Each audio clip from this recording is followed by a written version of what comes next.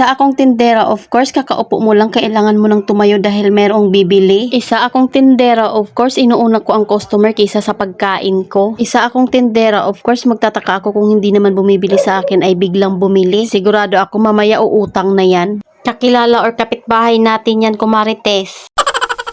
Isa akong tindera, of course ramdam namin kung hindi ka sa amin bumibili pero dito ka sa amin umuutang. Kaya wag mong i-expect na pauutangin ka ulit namin ng sobrang dami. Isa akong tindera, of course marami akong alam na marites dahil sila mismo ang kusang lumalapit sa amin.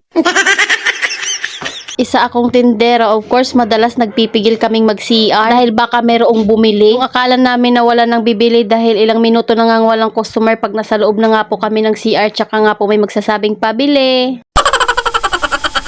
Isa akong tindera, of course wala akong hawak na pera dahil nasa tindahan na. Isa akong tindera, of course merong masama ang loob dahil nagtayo ako ng tindahan. Isa akong tindera, of course hanggang sa panaginip ako nga ay nagbebenta. Isa akong tindera, of course mas gusto kong magbukas ng tindahan kaysa nga ang gumala dahil nangihinayang nga po ako sa magiging benta ko ngayong araw. Isa akong tindera, of course tagabilang at tagahawak lang ako ng pera dahil mamaya ay nasa grocery na yan. Isa akong tindera, of course ako'y nagbabantay ng tindahan kahit ako nga po ay naghuhugas.